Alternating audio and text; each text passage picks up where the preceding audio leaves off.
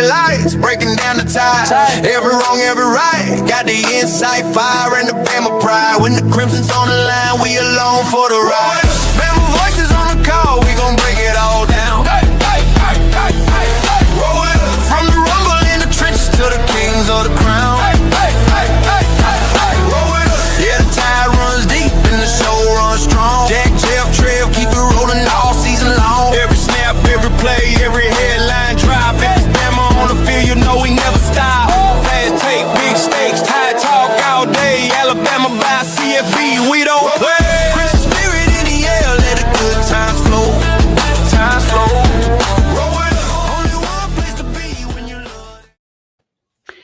Good evening and welcome to tonight's edition of Alabama Crimson Tide Live, number 80, from yours truly, Jackson Johnson and Trevion Ware, as we go over the spring practice highlights of day one. We'll be bringing them all to you, and let me tell you, it's going to be a fun ride all right here on Alabama with the Voice College Football. But first, before we go over our take on day one of spring practice, let us tell you a little bit about our sponsor, FanDuel, as Alabama with the Voice College Football is presented by FanDuel, where you can get top-notch predictions in the world of college basketball, men's and women's, some early prediction of Major League Baseball, some predictions for the NBA, way too early NFL predictions, especially with Mike Evans going to the 49ers and Kenneth Walker going over to the Chiefs. And I can tell you, we've got some good picks for tonight. And since we've got some games tonight, Trevion, what are your best picks for Monday night tonight? That's a good question, man. I'm trying to see, obviously, with the NBA going on and college basketball gearing up for March Madness, the focus is basketball being on the hardwood this afternoon, this evening. So right about now, I'm looking at the Santa Clara game versus St. Mary's game. That is a close game. If anybody knows anything about college basketball, those two schools are always in striking distance of each other. Those two schools are always playing for the crown in their conference, it always seems like. So I would start out with that Santa Clara versus St. Mary's game. I think it's going to be a close game, so I would take the spread on that game being 4.5. It's really a toss-up kind of game. Any school could win out of that game, and after that, I would shift my focus to the NBA. Just looking at some of the good games we got tonight in the NBA.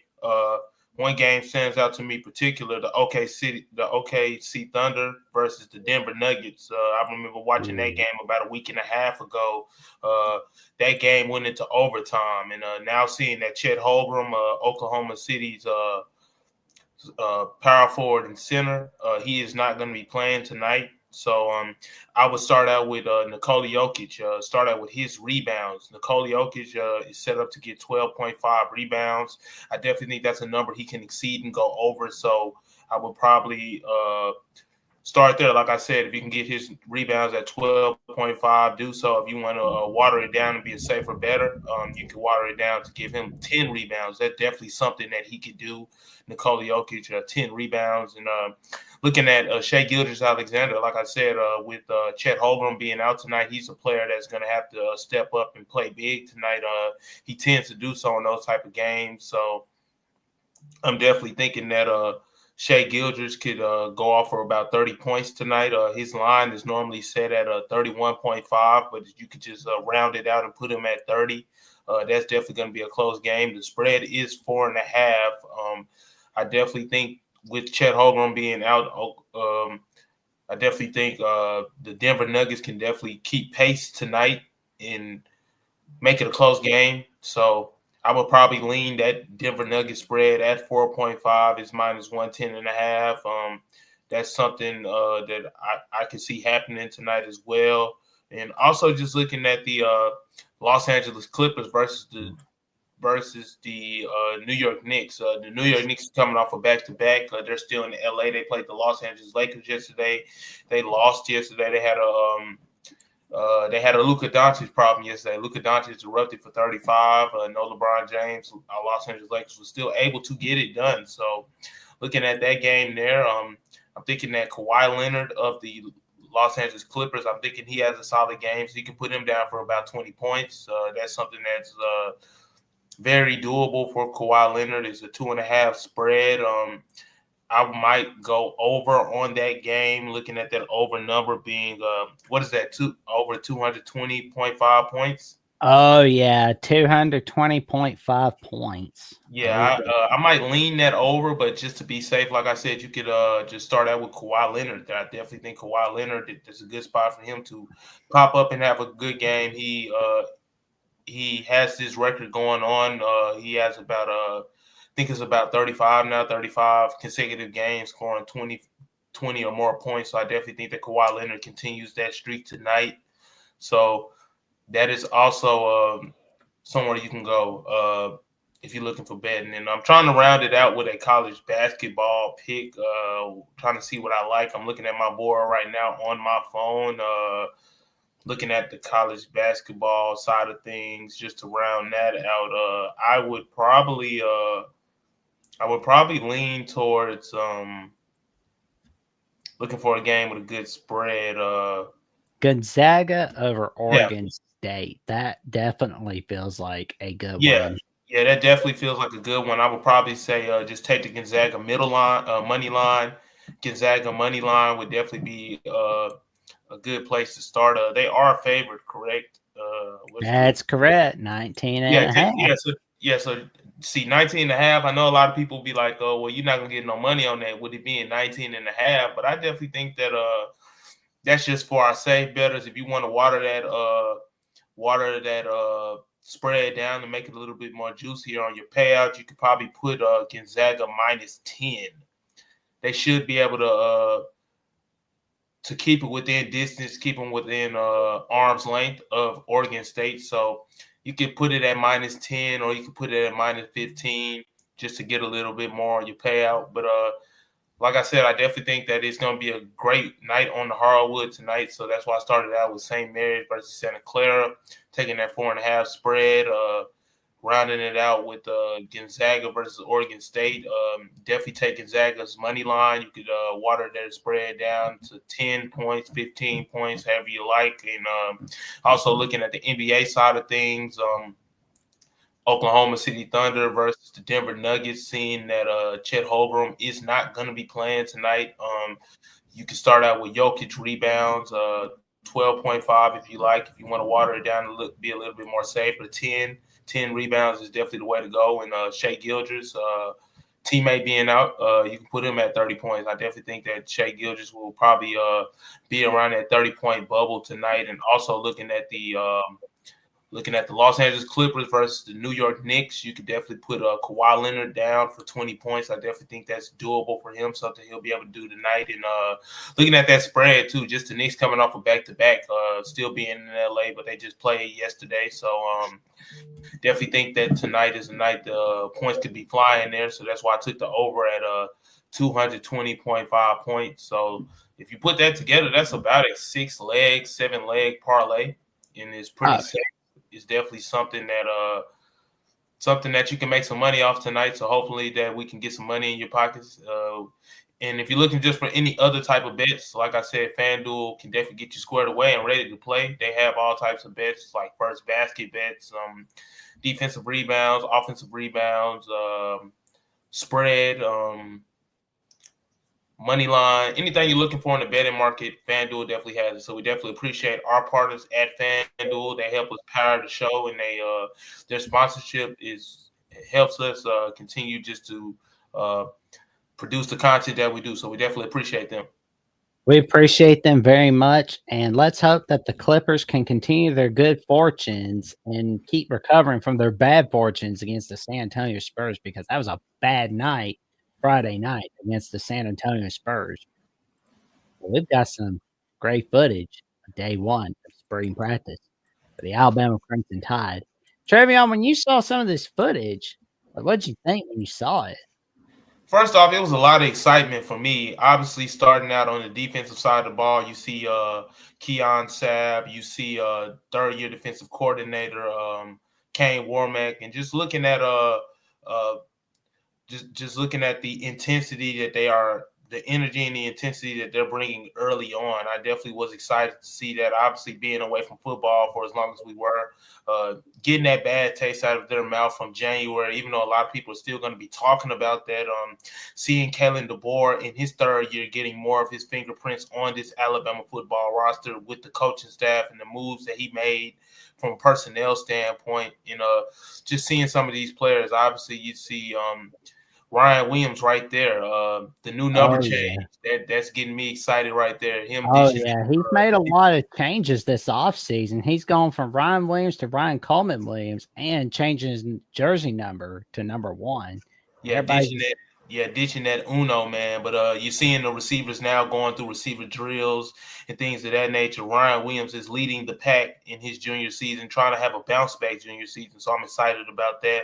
Seeing Ryan Grubb here pay attention to the running backs. Last year, running back was a headache for a lot of fans. And seeing Khalifa Keith, seeing 5-star running back EJ Carrell right there is blow through drills. And then we got the quarterbacks, man. That's going to be the talk of the town, talk of the nation for the next some odd months until a decision is made. Seeing Keelan Russell on the left, seeing Austin Mack on the right, and just seeing how the ball flies relentlessly throughout their hands. And then we're seeing we see Taden Kawa, Jet Tamala just taking their turns as well. Yeah, seeing the freshman quarterbacks do their thing. So just say that quarterback, and just seeing Ryan Williams again go through these drills, working with new receiver coach Derek Nix.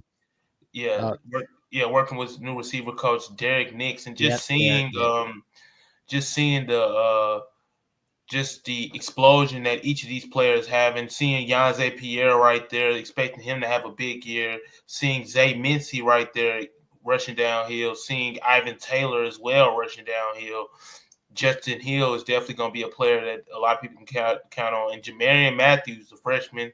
Oh, man, he's going to be a monster heading into 2026. Oh, there's Coach Clem. Yeah, of course, Coach Clem. Everybody wanted to see him after getting named as Alabama's new offensive line coach.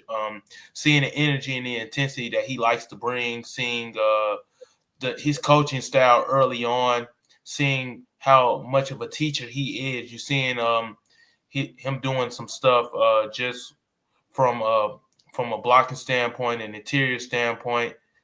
Just excited about that. And here we go, seeing the linebackers, the Wolf linebackers, and everything they bring to the table. Just excited about that as Kane Wormax get his hands on that position for his third year as Alabama's defensive coordinator. So it's definitely a lot to be excited about looking at this group, seeing Coach Robinson, the linebackers coach, him being the teacher that he is, and them just right there, they're working on shedding blockers and stuff like that, just getting back to football stuff. So it's definitely exciting just to see. Yeah, the guys are definitely happy to get back in it. Like that first day of practice, I'm feeling pretty good about where things are at for now. But the offensive lineman looks tougher and meaner than it was last season. Yeah, and a lot of people definitely want to see that. And, of course, what goes hand-in-hand with the offensive lineman is the tight ends. You're seeing new tight ends coach Richard Owens work out with players like Caleb Edwards, work out with players like Josh Ford, Max Stutter. Seeing him with Marshall Pritchard right there in the number 9, and just all the different elements that he can bring to this Alabama offense, showing the blocking technique and the aspect of things. That's definitely something that can help this Alabama offensive line with just protections, sealing up those ends so the run game can be more effective than it was last year. But it's just really exciting just to see. It felt like it was the first day of school yesterday. Obviously, it's been some showers going on in Alabama, but the sunshine definitely came by seeing this new practice footage. So I'm definitely excited just to see this team grow and this team continue to work as they work through spring practice. Today, they did not have spring practice. Tomorrow is the second day of spring practice. Kalen DeBoer speaks. We'll have that tomorrow as well as we see the first words of Kalen DeBoer in his third year now that practices have started. But overall, it's just a good feeling, man. Like I said, we was talking about it all through since the Rose Bowl. That whole fiasco went on, and then February, seeing the transfer portal moves, and then here we are now in March. We're back to football, so it's definitely a great feeling. One of my favorite parts of this film was the offensive line, like just seeing film footage of the offensive line, because it was like where Alabama's offensive line was with Coach Kaplick was not good, obviously. Yeah, it was I not. mean, it looked And like that's it being was nice. bad. Yeah. Eeyore was happier than that offensive line, but we've got a mean offensive line. We got a mean bunch from Coach Clem. Yeah, and hopefully that they can take on that mentality that Coach Clem brings, because he's been successful everywhere he's gone. We've broken that down from his stops at SMU, from his stops at UCLA, from his stops at USC, and even having success in the NFL. So hopefully they can kind of mirror that same energy that Coach Clem brings. But seeing Coach Clem early on, I was reading some posts online and stuff. They was like, he already looked pissed. So that's good. We need that type of nastiness. We need our players to look pissed. Alabama needs to look pissed like they were in years past. Yeah. I don't want to call it early, but I'm already feeling good about where things could be going. Yeah, I mean, they got no choice but to go up, man. We saw how much of a struggle it was last year. We got old people, old people, young people, new fans, old fans. Everybody had the same thing to say about this offensive front. So now seeing that it's got some new energy in the room, got a new voice in the room, that can only help. So like I said, it's the only direction we can go is up, and seeing that Coach Clem is already bringing that type of mentality in, that definitely helps. So I'm definitely with you on the excitement coming from that offensive front for sure.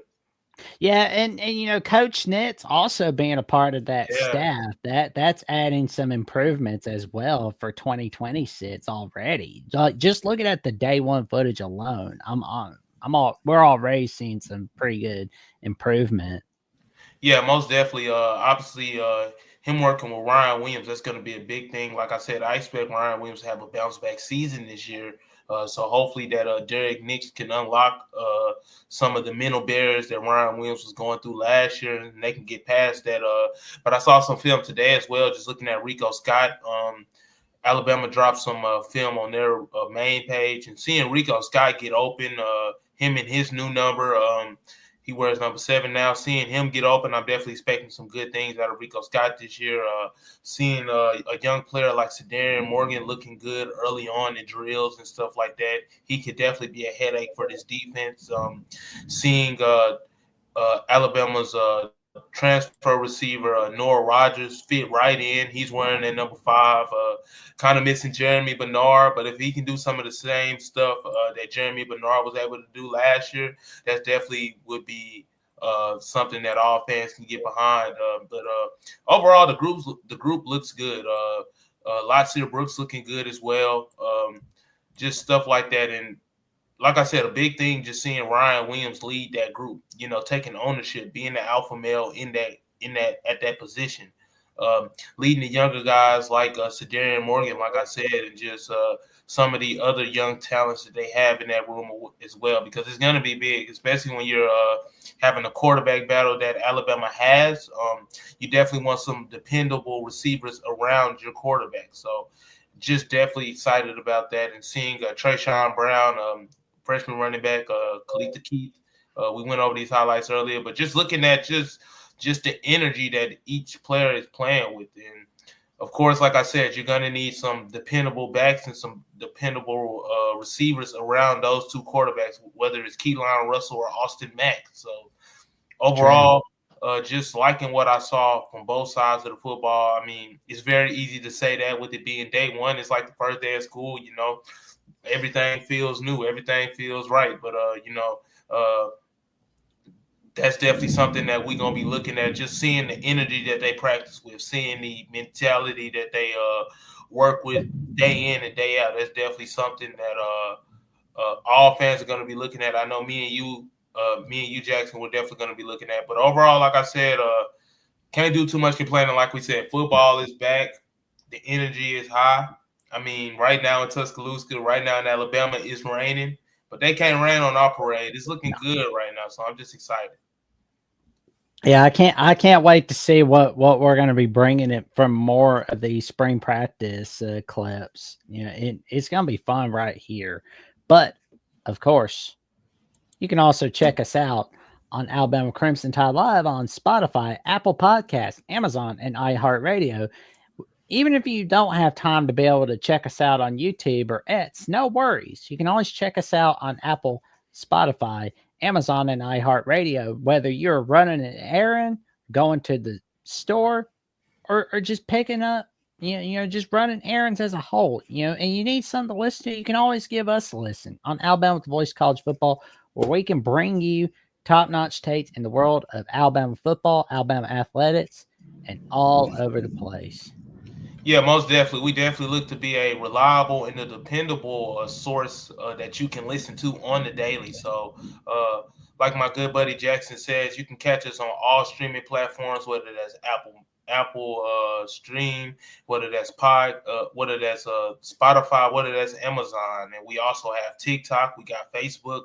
Anything you're looking for, you can just catch us anywhere. We're gonna be everywhere, so we definitely appreciate all our streaming platform partners who help us power the show and help us put us in a position for you to listen. So we definitely appreciate that. Absolutely. And of course, you could check the Voice of College Football X account, where you can give it a follow on the VOCFB at X, where you can get top-notch discussion, debate, and analysis with no off-season. And let's get it over to 7,500 followers. Let's get it over 10,000 followers. And of course, there was a question about whether you'd like to see smaller conferences, all the regional rivalries intact, less money, or the current setup in the world of college football. But of course, you can check us out, give us a follow on Alabama VOCFB. We are growing that X account. We are. Yeah, we kind of got off to a late start, but we growing it, man. Like we said, we're trying to get it over to over 100 followers. We just really started locking in on that page, so we're definitely trying to grow our followers and grow our content. So we definitely would appreciate if you gave us a handout in doing so when dropping the follow for us. Since we small, we're gonna follow you back. It's no issue at all. We're looking to get around to at least 300 followers by the start of the season, and we'll be there. And once we get past that stepping stone, we'll just continue to grow. So we definitely appreciate anybody and everybody who takes the time out to see what we got going on to help us do so. And while you're at it, feel free to like, comment, subscribe if you haven't already. We definitely appreciate that. The button's below right there. We definitely appreciate all the engagement, all the traffic that you guys bring to the table. We're going to be here. We're going to continue to keep doing what we do. So we definitely appreciate you guys giving us a handout in doing so. There we go. And of course, for segment 2, as we get ready to go over the updated player measurables of the 2026 roster for the Crimson Tide, as we have this post from Mike Rodak from 247 Sports, as he went over Desmond Umazulu being down 2 pounds from 255 pounds to 253 pounds. Terrence Green dropping 11 pounds since he's been to Bama. Kedrick Bingley Jones dropping 18 pounds. Devin Tompkins gaining 8 pounds. Caleb Woodson gaining 8 pounds. Caleb Smith gaining 7 pounds. And our guy Carmelo O'Neal gaining 9 pounds. Oof, just like looking at these weight gains and some of these weight losses for some of the guys. This feels it's something. I mean, this feels pretty good. But most definitely. Just looking at Desmond Umazulu, seeing him able to drop some pounds and stuff like that, looking like he's going to be set up to compete for that bandit role in the Alabama defense. That's definitely something I'm keeping an eye out on. Looking at Terrence Green and his progression. What he went from 330 to 315, right? 315 to 319.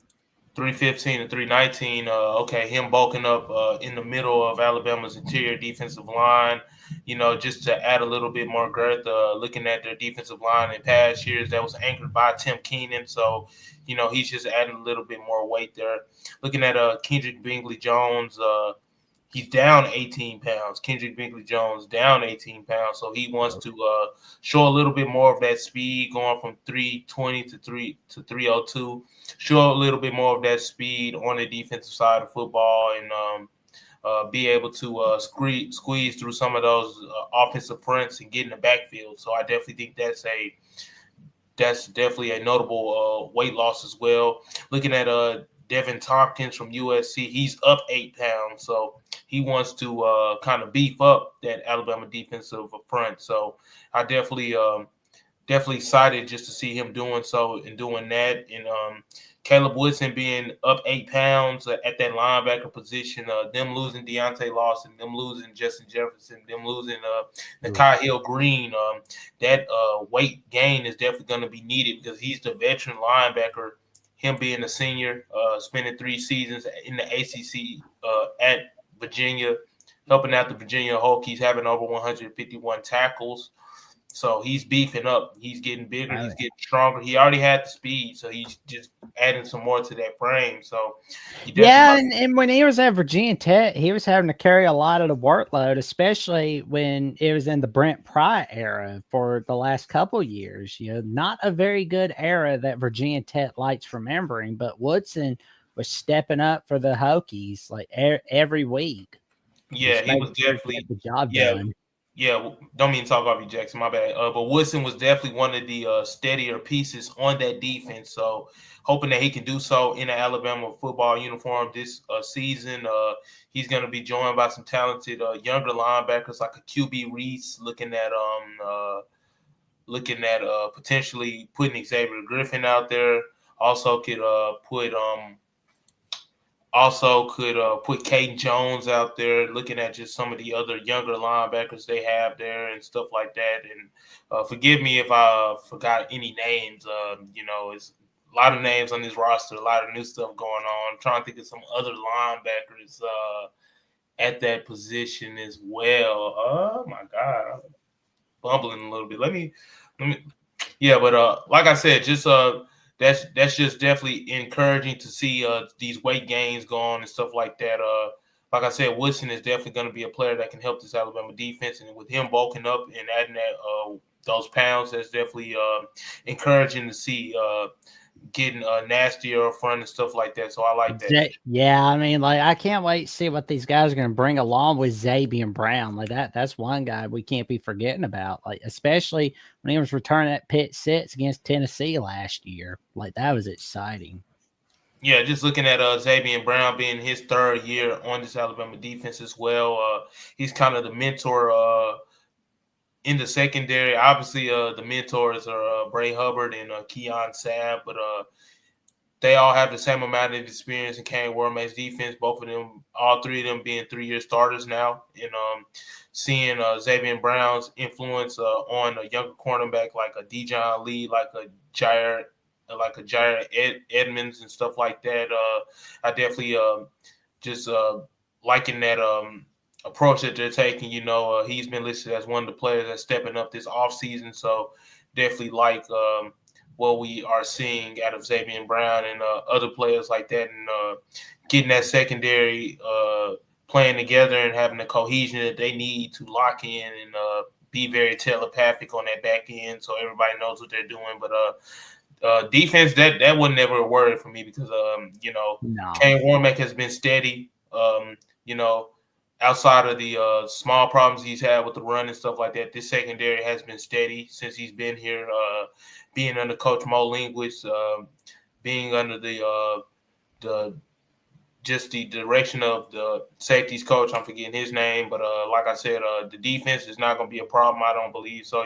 Just getting things shored up front and those those new measurables for those players that can definitely help.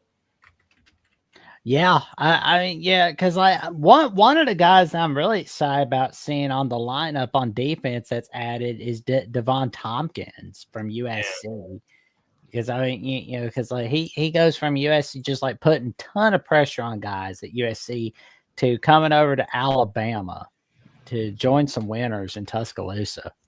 Yeah, for sure. He's going to be taking that Tim Keenan spot, which he held down for the last 4.5 years and stuff like that. Devin Tompkins is definitely a player that you can plug and play. Devin Tompkins gets in the backfield and does it efficiently. He does it at a different rate than Tim Keenan. Tim Keenan was kind of the bigger guy, but Devin Tompkins can be effective as well in getting that backfield. So I'm definitely excited about that too.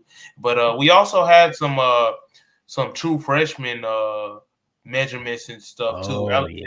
2026 class, I noted it yesterday on my X on Twitter. Noted it yesterday that this 2026 class they came ready to play, man. It's a lot of weight, it's a lot of size. That's not your typical true freshman class. So No. I can't wait to see the roles that they carve out there.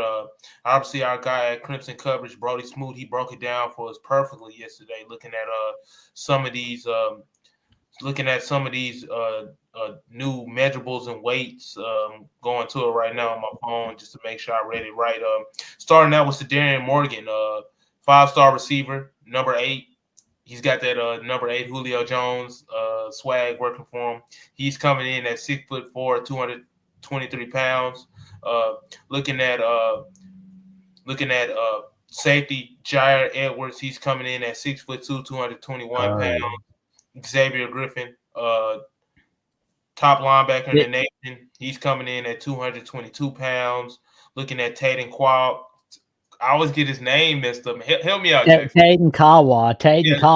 Hawaiian name, just like Tunga Valoa. When Tua was here, I had a problem with. Oh man, it took me a long time. Which like one of the things that I did was just like watch enough people say the name Tagovailoa.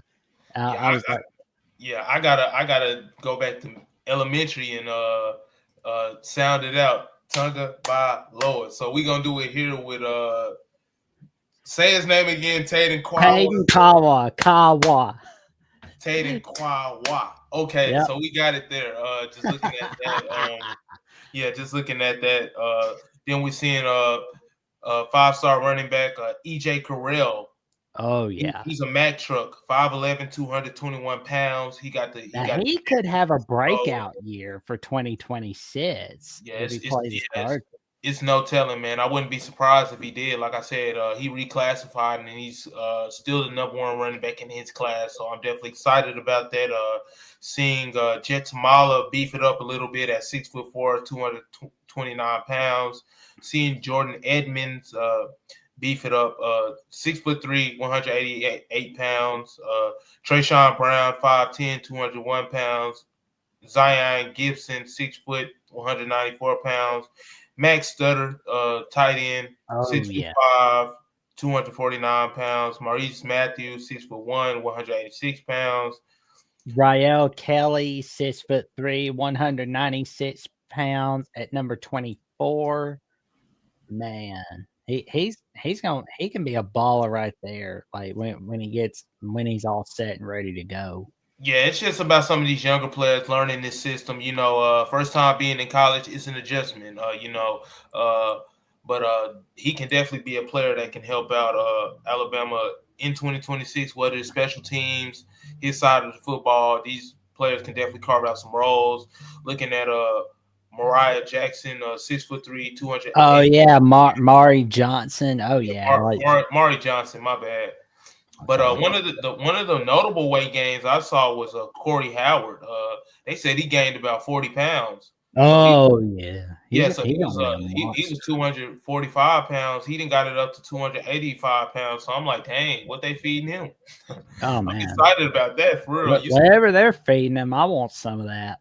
Man, I might need some. Yeah, I'm only 167 pounds. I'm grown man. These kids. That's hilarious, but like I said, it ain't about me. Going back to some of these measurements, looking at Zay Hall, 6'3", 238 pounds. Jamarian Matthews, sack artist, who came over from Gainesville, Georgia, with Xavier Griffin. on the Red Elephants, the high school team they played on. He's 6'2", 252 pounds. Looking at Bryson Cooley, 6'6", 325 pounds. Another interior offensive lineman that they can use in practice, and he can be a good depth piece. And looking at Chris Booker to round that out, 6'4", 285 pounds. So obviously looking at all of these true freshmen and stuff like that, they are already at the college weight. They are, normally you would see freshman class, they would have to do some beefing up, but these guys took the offseason seriously. They took some of the kids being early enrollees. They took it very serious, and they already have the measurements and the weights to contribute early. So now it's just about which player can impress in spring practice, impress at A-Day, impress in the fall to carve out some roles. But looking at those measurables, Kellen DeBoer, Ryan Grubb, Kane Warmack, Coach Mo Linguist, Coach Chuck Morrell, and all the other coaches, all the other positional coaches, Coach Richard Owens, Coach Adrian Clem, they're all going to have their pick Coach Derek Nitz. Yeah, Coach Derek Nix. They're all going to have their pick of the litter when it comes to seeing what young pups they want to move up into the lineup. But I definitely am excited looking at those measurables. I definitely think that of course, it's all about development and stuff like that, but they definitely give the coaching staff something to work with those measurables being at the sizes that they are. So now, like I said, it's just a learning curve. Who can get over that learning curve the fastest, and who can play with confidence and gain the trust of the coaches to see the field early. But you like to see that, especially out of your freshman class. I probably want to stack that up against other freshman classes around the nation just to see if they have any similar measurables like that. But I definitely think that this Alabama class being a top 5 class, Kellen DeBoer continuing to bring in the talent that he has and seeing that talent already get on campus and work and gain the weight that they did and coming in with the skill sets that they have is definitely something to be excited about in the future for sure. And like I was just kind of damned and determined to just name Xavier Carell and Cedric Morgan as the top guys to look out for freshman year. But I mean, just kind of like looking at the offensive lineman. You got right guard Chris Booker. Yeah, just waiting in the wings, just sitting there waiting it out, and you got Bryson Cooley just sitting there waiting as well. At the left tackle position, just sitting and waiting it out. I can't wait to see what both those guys bring. But on defense, I'm excited to see what Xavier Griffin and John Edwards bring. Yeah, John Edwards. A lot of people have been talking about him lately and stuff like that. Just the size that he plays with, the size he already bulked up with. He's making that number 10 jersey look very good. And going back to your point about Cedarian Morgan and E.J. Carell, Ryan Grubb already went on record and said in February, he said those players, if they do what they have to do in spring and in the fall, they shouldn't have to wait too long to play. So, you get a 6'5" body in Cedarian Morgan. You get a 221-pound freshman running back who's still supposed to be in high school, by the way. Like I said, he reclassified and he to come to Alabama early, and he's still the number 1 rated running back in his class. So I think that says a lot. So Coach Grubb already said they do what they need to do. It won't be long before we seeing them on the field. So I definitely don't think that assessment you made, Jackson, is far off at all. But looking at some of the other players, like I said, Jamarian Matthews, him being in that number 41 jersey, he looks good, man. These young players are looking good for sure. So we definitely excited to see what we can get out of this 2026 freshman class. But it's already off to a good start when you see these kids working to get better and to transform their bodies to be able to withstand a whole 12 regular season schedule of college football. So I'm definitely excited about that. Oh man, September 5th can't come soon enough. Man. We waiting, man. I got it on my countdown. I look at it every day like like I'm playing. I look at it every day like I'm playing. I mean, of course, the first opponent is Eastern Carolina, but who cares, man? We back at football, man. So that'll be here before we know it. I mean, I remember yesterday I went on my X. I said it's 181 days. So we about 180 days out. So just Oh yeah. It's like a water faucet. Just let it drip, let it drip, let it drip. It's coming. It's coming. Yeah, But it's coming. yeah. But looking at just some of the other measurements and stuff like that. Seeing some of the returners and stuff. Alabama had 45 returning players on their roster. I don't think we have that graphic right now, but I'll just go through some of the weight gains that stood out to me. Obviously, looking at Kevin Riley, sophomore running back, he went from 191 to 198 pounds, so that's 7 pounds. Looking at Keelan Russell, he went from 194 pounds to get over to 201 pounds. Looking at Ryan Williams, Ryan Coleman Williams. See, it's gonna take us some time to get used to that. Ryan Coleman Williams. Yeah, let's honor the name. It's gonna take us some time to get used to that, but he bulking up a little bit more. He went from 178 pounds to 182 pounds. I know that don't seem like a lot, but me being kind of close to that weight too, like I said, I'm 167 pounds, trying to get to 108 pounds. I'm in the gym as well working. So you see some of them just looking at it from Ryan Williams' perspective and stuff like that. It's kind of harder for us skinnier guys to gain some weight, but seeing that Ryan Williams is still in the weight room beefing up for his big junior season, because he's definitely going to need it. Looking at Keon Sabb as well, he added 4 pounds to his frame. Derek Morgan added 4 pounds to his frame. Keon Sabb was at 204 pounds. He had 208 pounds. Red Morgan, 185 pounds to 189 pounds. And seeing Bray Hubbard, too, still putting on some weight, 213 pounds, 217 pounds. Looking at Caleb Edwards, too, 264 to 268. That's a big-ass tight end. Yeah. But, just to go over that, those were some of the notable weight gains that we saw from the returners on this Alabama roster. It's 45 returning players. Those were some of the ones that stood out to me. So definitely excited about that. This offseason training program under Coach Ballou, for all the slack that Coach Ballou has got over the last couple of months and stuff like that.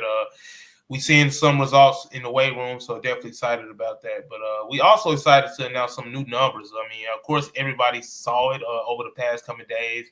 It was hard not to see it with the Alabama officially debuting the new numbers on the 2026 Alabama football roster. But just to give out some of our thoughts about what we think these players look like in these new threads.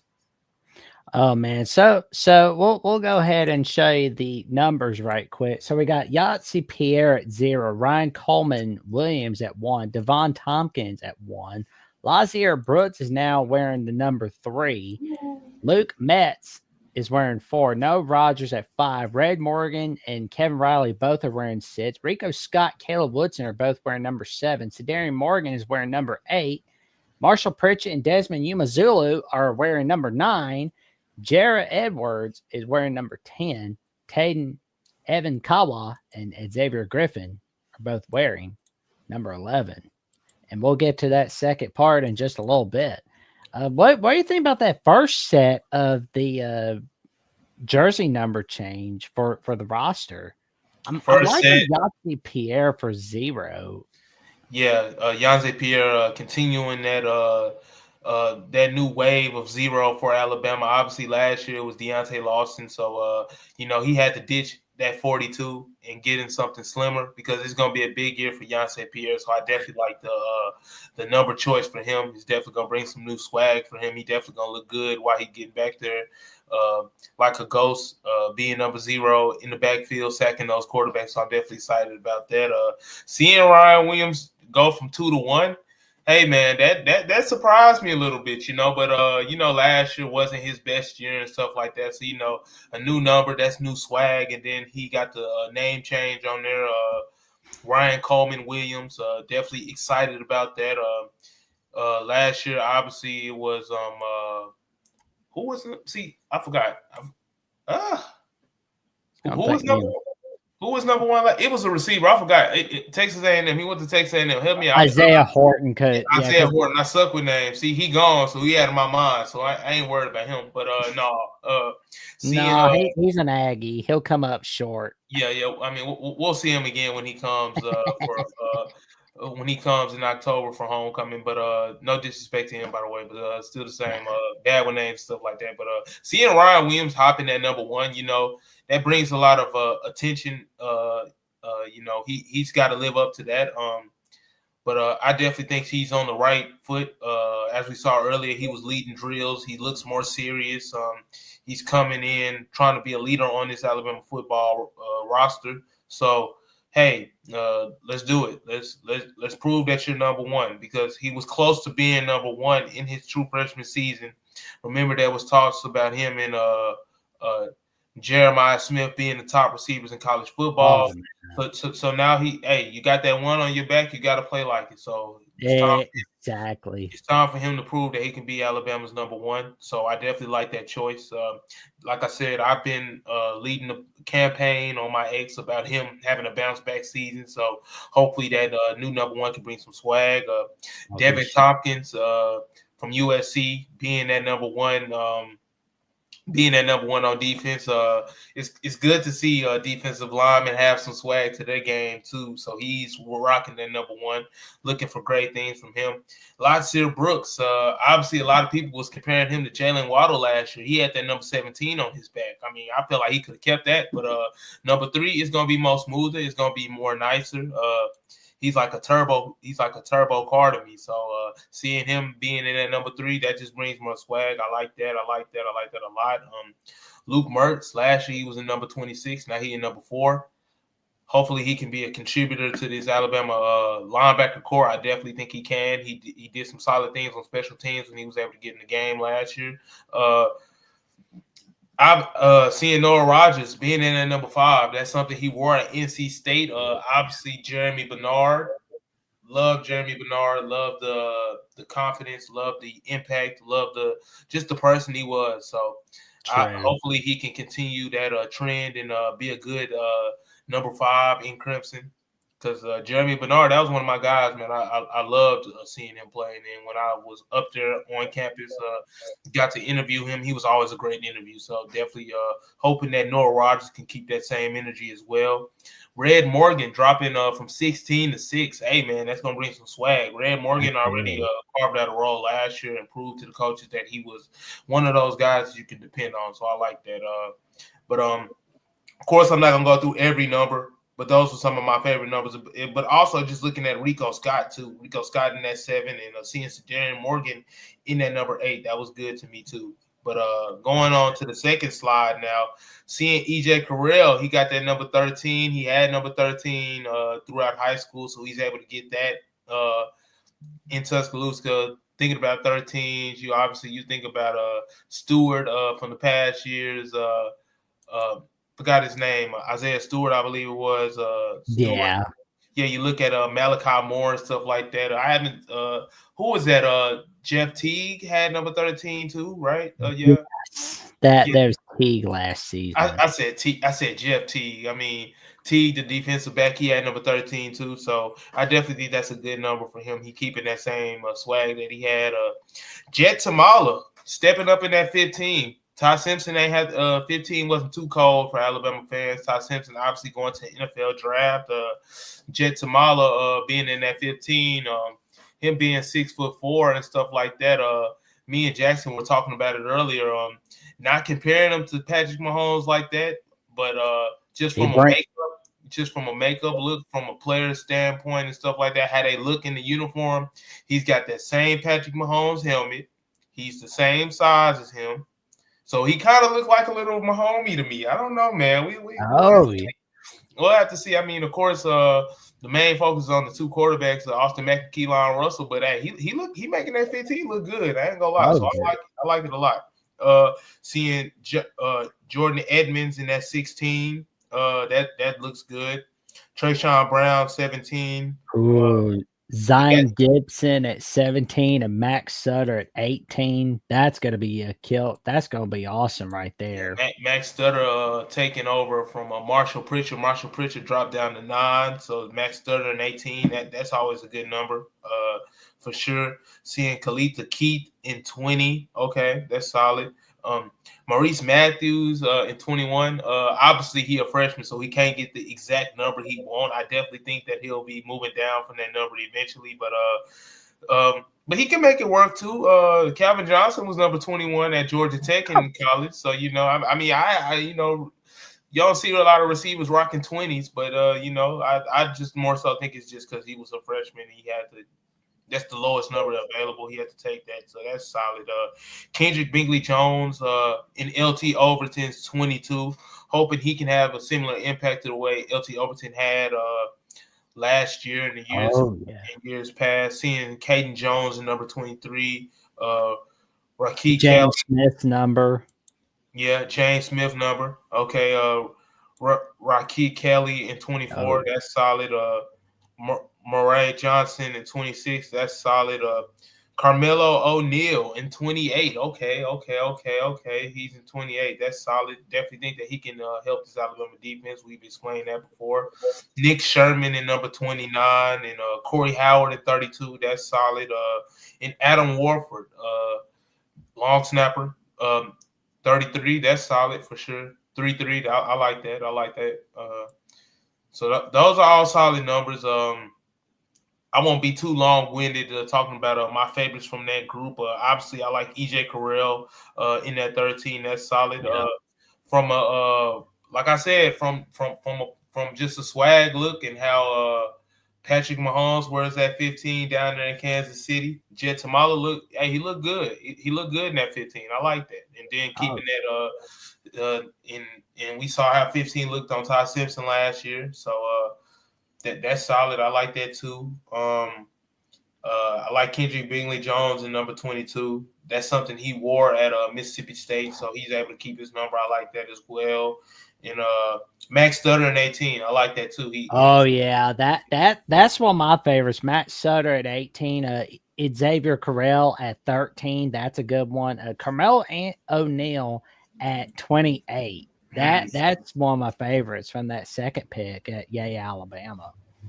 Yeah, and we still got 2 more slides. Let's try. We're not gonna rush through them, but let's try to pick the pace up a little bit.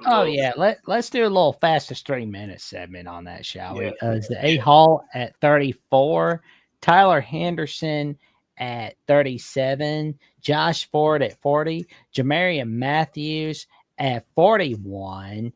And then we've got Jay Williams at 45, Ethan Stengel at 49, Javen James at 54, Rayson Delgatti from Cal Poly at 55, J.D. Martin at 59, Bryson Cooley at 63, Tyrell Miller at 65, Baker Hickman at 69, Nick Brooks at 71, Ty Hayward at 72, the man we got flipped from Michigan. Sorry, Michigander. Chris Booker from 73 and Ethan Fields at 75. What's your favorite from this third slot, Trevion? I like Josh Ford being in at number 40. He kind of got a similar feel to the way Robbie Oots used to be in Alabama. Back in 2024, seeing Robbie Oots, I definitely think that Josh Ford is the same makeup of that type of player. Somebody that just does the dirty work, somebody that helps make your tight end and offensive line better just as a blocker up front. So I definitely like Josh Ford rocking that 40. I also like Rayson Delgatti in 55. Seeing your I got a certain thing. Like I like to see certain players at certain positions and certain numbers. So seeing he could potentially be the starting center on Alabama's roster. Seeing him in that 55. Those 2 fives across his chest, that gives me some type of subtlety. I don't know why. I'm one of those weird dudes. Like I said, I got to see it's certain things I like to see at my at positions. Like, for example, I don't like to see a quarterback wearing 19, for example. I mean, I feel like now I got myself in trouble because we just got through talking about Michigan and Underwood wears 19 at Michigan. Yeah. But for example, I was just using that as an example. You like to see your quarterback wear something a little bit more swaggier. So I like seeing Racing Delegati at that number 55. That's a good number for sure. Yeah, Delgaddy's pretty good. I like Delgaddy too, but I also like Ty Hayward at 72, which, by the way, Brayson Delgaddy is taking Brock Montgomery's number, but also Ty Hayward is taking Parker Brailsford's number at 72. Hopefully he can have that same stability that Parker Brailsford had. But going to this last slide right here, starting out with number 77, we got Jackson Lloyd at number 77. He's got Jade Roberts' number. Yeah, I like that. Caden Strayhorn at number 79. That's solid too. Jackson Shuttlesworth at number 80. He's taking Josh Cuevas' number. Okay. Jude Castone at 86. That's solid. Lorcan Quinn. I like Lorcan Quinn at number 90. Oh, yeah. Yeah, him being at number 90, that's solid for sure. Caleb Smith, 91. Okay. Leslie Black, 95. Okay. And I'm gonna say it now. 99. Yeah, Terrence Green, 99. That's my favorite. I like number 99 on him. He's somebody that can be mean up front on this Alabama defensive line. Him being number 99, and then you seeing Yonsei Pierre on the other side being number 0, and then I'm like I said, I'm just weird with numbers and stuff, but I like that. I like number 99 on Terrence Green. So same. Yeah, because like we can both agree that's our favorite from that fourth slide right then and there. I mean, because I like number 77 from Jackson Lloyd. Yeah, that's a good one because he's getting Jane Roberts' number. Yeah, that's a good one. But those are the numbers just to wrap up the new numbers on Alabama's football roster. Definitely a lot of good selections by the players and their new numbers and stuff like that. But obviously, it don't matter what number you make, what number you pick. You got to make some plays. So let's just hoping that we can see those new numbers particularly make plays. But we definitely like the selections that we saw. Oh, indeed. And of course, we've got another exciting topic with the 8A format. Oh, only 32 days away. 8A format. I remember I went to 8A last year, and it was kind of a weird feeling and stuff like that. So seeing Kalen DeBoer and company go back to the way things were, they're adopting back the old 8A format. So there's going to be a crimson versus a white team. So we definitely like that. It's going to be on April the 11th at 1 o'clock. The countdown has already started, like you said, 32 days away. But seeing that Alabama is going back to that old format, that's good because we saw a lot of people thinking that potentially that 8A was going to be done away with. Especially last year, there was a lot of talk about a lot of teams not having spring games and stuff like that because just from a competition level and with the transfer portal and some players tend to try to transfer out if they don't like where they sit on the roster after that spring game. But overall, I definitely think that this was needed. This change to revert back to the past was needed because it's the only way you're going to see the best of the best. It's the only way we're going to be able to level out the competition. So I'm definitely happy. I'm enamored to see that things are going back. And you see your post right there. Go to that post right there with the Michael Jordan. Because those are my exact same sentiments. Going back to the scrimmage format, like I said, it's the only way that we're going to be able to see starting out at the quarterback position. It's the only way we're going to be able to see who does what better, who does what worse. It's the only way we're going to be able to evaluate this roster fully. So just like this post says, I used to pray for times like this. We're going back to the format. Same, man. Because I thought they was going to do away with it. It was a lot of talk last year. They was going to do away with it. I believe after where they had like the portal set for January, and then like a little bit after spring games were done in May, they were like, okay, let's see if this works. And then afterwards, the NCAA realized, okay, that's not going to work. So what the NCAA did, of course, was have like the transfer portal set for January, but I believe there's not going to be another portal. There's not going to be any plans for the portal for May of this year. Like, because I mean, we're just back to our normal, usual dead period in the month of May. We're not sitting there thinking about worrying about whether Lane Kiffin's going to be tampering with another team. Yeah, but I mean, these players, it's always money being thrown around. There's always stuff in the background that we don't know about. So I mean, I wouldn't pity past nobody, but like just going back to the initial topic at hand, Alabama football has officially went back to the old 8A format. We're getting those scrimmages back. We getting to see Crimson versus White. We getting to see competition at the highest level because there's definitely a lot of talent on both sides of the football. So getting ready to see them go at each other in about 32 days. Definitely excited to see. I will be down there to see it in person. Hopefully, Jackson, you can join me. I don't know. I mean, because I live in Tuscaloosa. He live in another part of Alabama, but hopefully we can link up. Also going to be peeping my head at some of the spring practices as well. But like I said, it was just encouraging to see them not throw away tradition because the 8A is real traditional. A lot of people look forward to that. It's always a good showing. So just happy to see that things are going back to normal. As well as they should, and it should stay that way, because like you don't want spring games going away, because then it's like if spring games are going away for everybody, then what's next exactly? Yeah, but man. we won't. But yeah, we won't worry your head about that too much, ladies and gentlemen.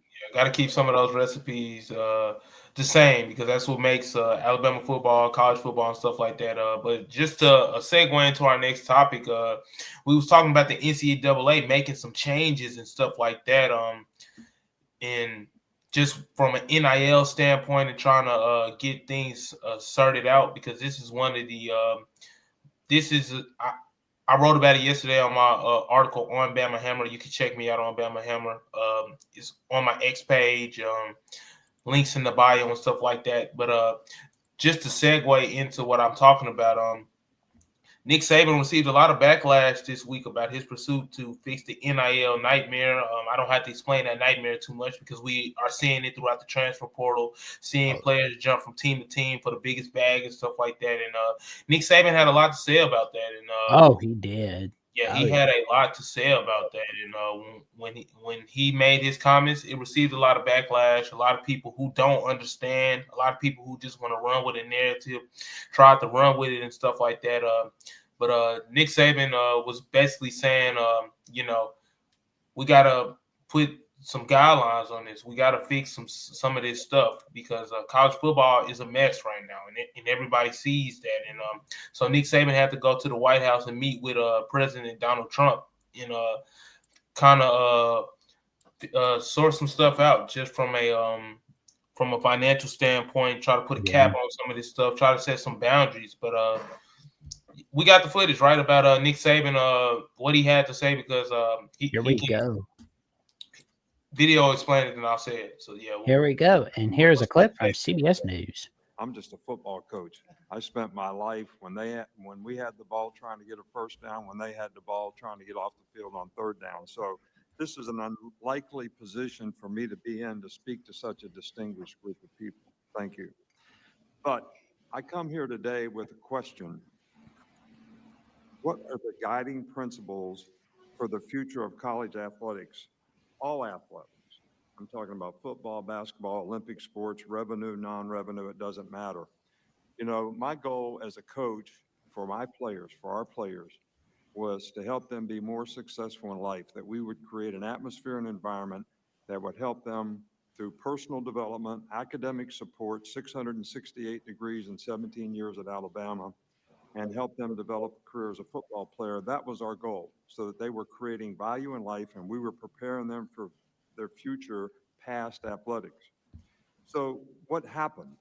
In this current system that we have, that became impossible to do because people, instead of making decisions about creating value for their future, they were making decisions about how much money could they make at whichever school they could go to or transfer to. So I think we have a challenge here today about the ramifications of this current system on how it helps players be successful in their future and how we can impact and create a system that will help and preserve the opportunity for student athletes to be able to have success in their future beyond athletics. So we need to develop an effective system of revenue sharing, authentic name, image, and likeness. Authentic being you have marketing value, which now we have collectives, which just create opportunities, which just become pay for play. Um, Eligibility issues where we have guys playing 6, 7, and 8 years. So you have 25 and 26-year-old people playing against 18 and 19-year-olds, which is not healthy. Transfer rules, we have over 4,000 people in the portal. Fans don't like it, support groups don't like it. It's not really healthy for players in graduation to transfer several times in your career. You really put yourself in a pickle in terms of your ability to graduate. So um, I think we need to come up with a system, and we obviously have to do it with the president's leadership and also with Congress probably, whether it's antitrust legislation or whatever it is, to allow student athletes in all sports, including women's and Olympic sports, to enhance their quality of life while going to college, but still provide opportunity to advance themselves beyond their athletic career, which is what the philosophy of college athletics and getting a college education has always been about. And how much does anybody talk about getting an education anymore? Nobody talks about it at all, which is the most important thing any of these student athletes can do in terms of enhancing their future. They have it. I mean, because like Coach Saban said it best, it's like it just doesn't feel like getting an education is the most important part anymore. Like you're seeing like one guy here transfer to this place, that place. I mean, I remember like JT Daniels was like transferring to 5, 6 different places. You might as well put that little put like have go will travel as his card. I mean, he's one of the many examples of so many guys that were transferring way more than once, twice, 3 times. That's too much. Yeah, man. Obviously, it's a free world. Obviously, if a school wants you and you want to go there, you have the choice to do so. But I feel like Nick Saban said it best. I mean, at the end of the day, it definitely affects these kids when trying to get a degree and stuff like that. I remember, NIL wasn't popping the way it was when I was in school. I recently graduated 2024. I started out at a Division II school. It was Texas A&M Commerce. Now they are East Texas. They're D1. And then I ended up having to transfer out to a JUCO school called Butler Community College in the NJCAA League. And was able to get my associate's degree, and then I transferred to a D1 school, the University of Louisiana Monroe in the Sun Belt Conference. But just bringing up my experience, I remember just how hard it was to get credits to transfer, and just how hard it was for me to be eligible at these different schools and stuff. Now I know that with the college football specifically, we see it most in college football. These players are transferring and stuff like that, but that's hurting them from a graduation standpoint. So I definitely see what Nick Saban is saying there. And Nick Saban received a lot of slack for that because he was just talking about how people shouldn't transfer and stuff like that, and how Alabama used to stack talent on their roster, and how he used to pay players and stuff like that. But I'm like, Nick, if you listen to the Nick Saban video, the man literally says, education is the most important thing, but also he wants these young athletes to be able to better enhance their way of life. So he doesn't have a problem with them making money. He doesn't have a problem with them getting their value on the open market and stuff like that. But There has to be a cap. There has to be some boundaries set in place. There has to be some pillars set in place. And that's what Nick Saban is trying to do as he goes down there to Washington to speak with Trump and stuff like that. Because, now college football is as shaky as it's ever been. Oh, it's crazy, Yeah, man. it's crazy, man. And the fact that You're seeing other stuff come from this transfer madness, this NIL nightmare madness and stuff like that. You're seeing players be eligible for their 7th and 8th year. Think about TJ Finley. TJ Finley, the quarterback, he started at LSU. He went everywhere, man. Oh, that guy, man. That guy went everywhere. That guy went to Auburn. That guy went to Western Kentucky. That guy went to, oh my God, I can't even name all the schools because it's so many. He's probably at Timbuktu right now. Yeah, no, he's still in college football. I saw that earlier this year. He's still in college football, but it's situations like that. Like I'm never down in an athlete for trying to find the best fit, because you excel better at better places sometimes, and it's like that. But he's at Incarnate Word. Yeah, he's at Incarnate Word. But he started out school in 2019. It was, man, the same year Once Upon a Time in Hollywood was coming out in theaters, and The Irishman was coming out on Netflix. Yeah, man. So, but no, he started out school in 2000. It was 2019, I believe. I graduated high school in 2018. I'm done with college. This man's still in college. Like I said, I'm not knocking nobody's situation at all. It's like Ben Affleck on Dazed and Confused, where he's just like being a senior on purpose so that he could like go whip the freshmen's butts like constantly. Man. Yeah, man. And Nick Saban said it. It's just creating a bad middle ground just for you. You got kids going in their 7th year of eligibility versus kids in their 1st year eligibility. It's messing up the game and stuff like that. So basically, Nick Saban is going down there to kind of rectify some of this stuff and get some rules and legislatures set in place. Like I said, a lot of people on the outside looking in who don't understand, who chose to go with the crowd and say that Nick Saban is a hypocrite and stuff like that. I just thought that was very foolish because at the end of the day, if you listen to the video, like I said, Nick Saban says he does not have a problem with athletes getting, enhancing their financial situations. I mean, I feel like that's what NIL is for. Of course, you got to perform to get to be able to justify what you're getting paid and stuff like that. But still the same. It's not a problem. It's not the problem that people was trying to make it because people were saying, well, you was paying all these players under the table at Alabama. And I'm just like, dude, y'all don't even know what y'all talking about. Y'all just going with the win and stuff like that. But it's whatever. But to round out my point, like I said, I definitely think that Nick Saban is trying to lay the groundwork to get structure in college football. And that's what it's all about. We need structure. This sport is it's an amateur league now. It's kind of like an amateur league. It's obviously the players are getting played, and it's like still like it's I don't know, man. You get to it's like HaHa Clinton Ditch said in his tweet on the article where he said Coach Saban's happily retired and he's spending his time trying to help the game, not hurt the game. Because he knows the importance of education for the players and their future. And when the smoke clears, football and NFL are dreams, education and degrees are reality. And right now it's chaos with the collectives and nonstop transfers and eligibility loopholes. Yeah, man. I definitely think that HaHa Clinton Dix put it out there perfectly. Nick Saban is retired. He don't have to do none of this stuff. But no. He's like he's taking it upon his belt. He's put it on his plate to do so. He's trying to better the game.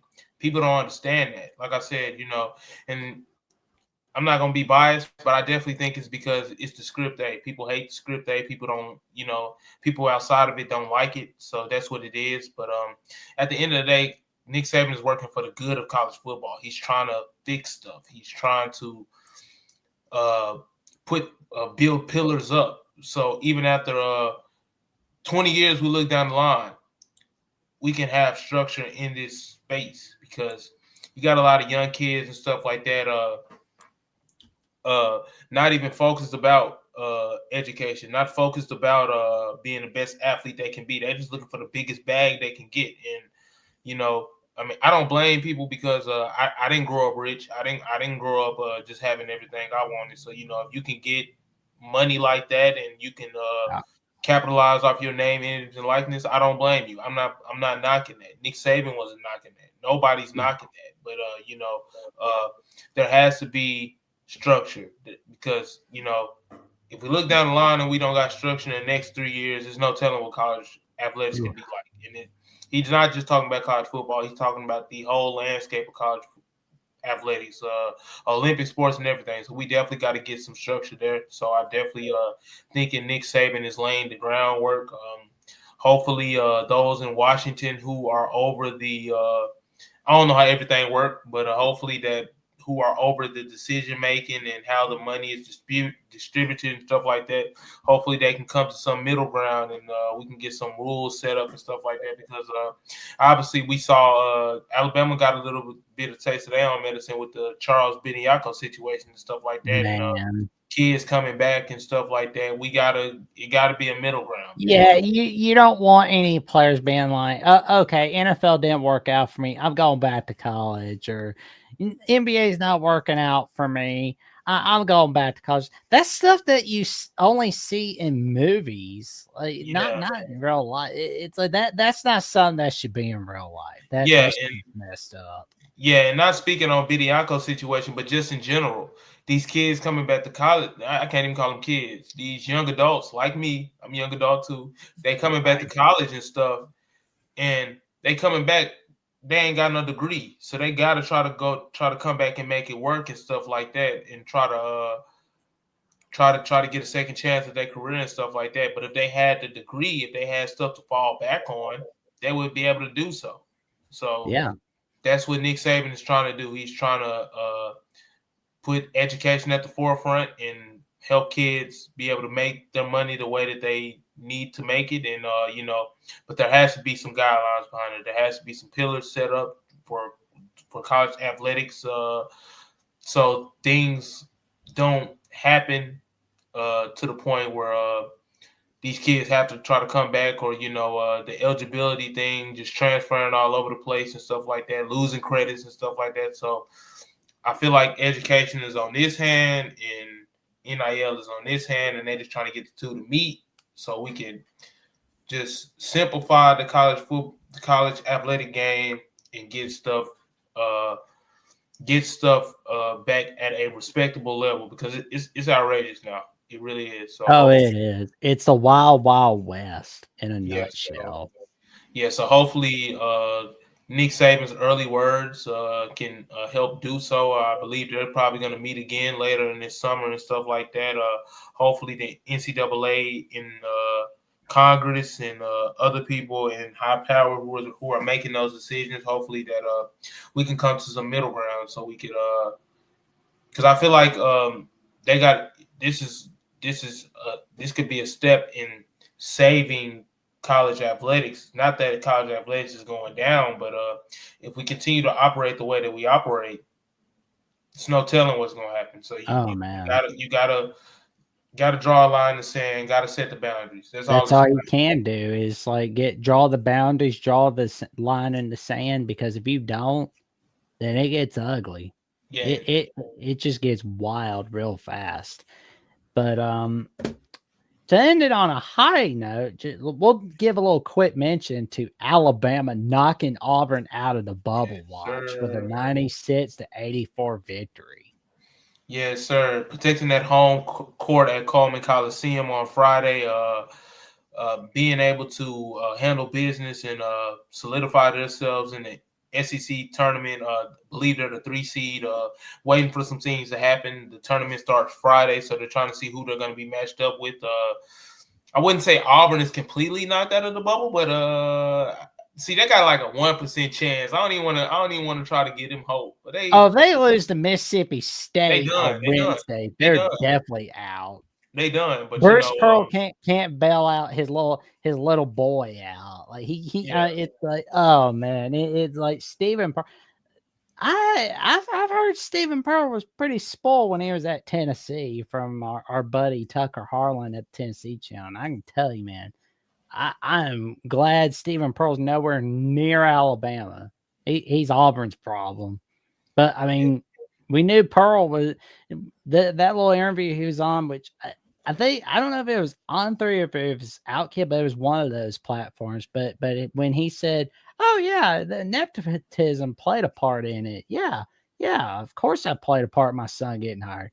Hey, I mean, kudos for honesty. Not every coach is they're gonna say, "Oh, it was all about the best man." It's like, yeah, that's just a PR response, coach. Yeah, But just like we said, I want to give a big shout out to Coach Nate Oates and the Alabama basketball team handling business at home, rounding out the season with I think they had, what did they have? 23-8? yes, Alabama is now 23-8, Yeah, 13-5 in conference play. Auburn is now 16-15, so 7-11 in the SEC. yeah, I want to see if ESPN's thinking it's a good idea to have Auburn on the bubble watch. yeah. I heard they like one of the first 4 out. Obviously, Selection Sunday is coming very soon. But like we said, Alabama is geared up now to play in the SEC tournament. Hopefully they can handle business just to get a higher seed and be on whatever specific side of the bracket they need to potentially make a Sweet 16, Elite 8, possibly Final 4 run. If they do, obviously we are football guys, but if they do, we'll be talking about some more Alabama basketball for sure. Hoping LeBaron Philon and Aiden Sherrill and those guys are able to handle business and continue their winning ways. But like I said, definitely want to give a shout out to Alabama men's basketball team winning the Iron Bowl of basketball, showing that hey Auburn, you ain't won in football, you're not gonna win in basketball. Nope. You just little brother. I mean, you gotta. It is what it is, man. I mean, I don't play, but if you're not having success here, you're not having success there, you're not having success here or there, and just all the other sports. What is there to argue about? I mean, it's kind of not I mean, it's going to forever be a rivalry, but we know who wear the pants here. That's all I'm gonna say. We know who wear the pants here. That's all I'm yeah. Alabama wears the pants, but like the win, like that Georgia Tech. Well, whoever wins Texas Ole Miss, I want to see it be Georgia Texas because of course Alabama plays the winner of that game because I want to see Alabama get revenge against either Georgia or Texas. I want to see Alabama not Well, I don't know if they'll knock Texas out because I think Texas had. Oh yeah, they can knock Texas out of the bubble. Texas pretty solid, but Texas came and stole one on the home court in Coliseum, at the Coliseum earlier this year, and seeing that Georgia game be a trap game for Alabama last week. They kind of owe both of them some get back. So hopefully, hey, either one can get the get back. So hopefully, Coach Nate Oates and the boys are focused up. Of course, they would be this time of the year. We're in March now, but hopefully they can use that to power the run that we believe they could potentially go on for sure. So, like we said, we'll definitely be keeping an eye on the basketball side of things.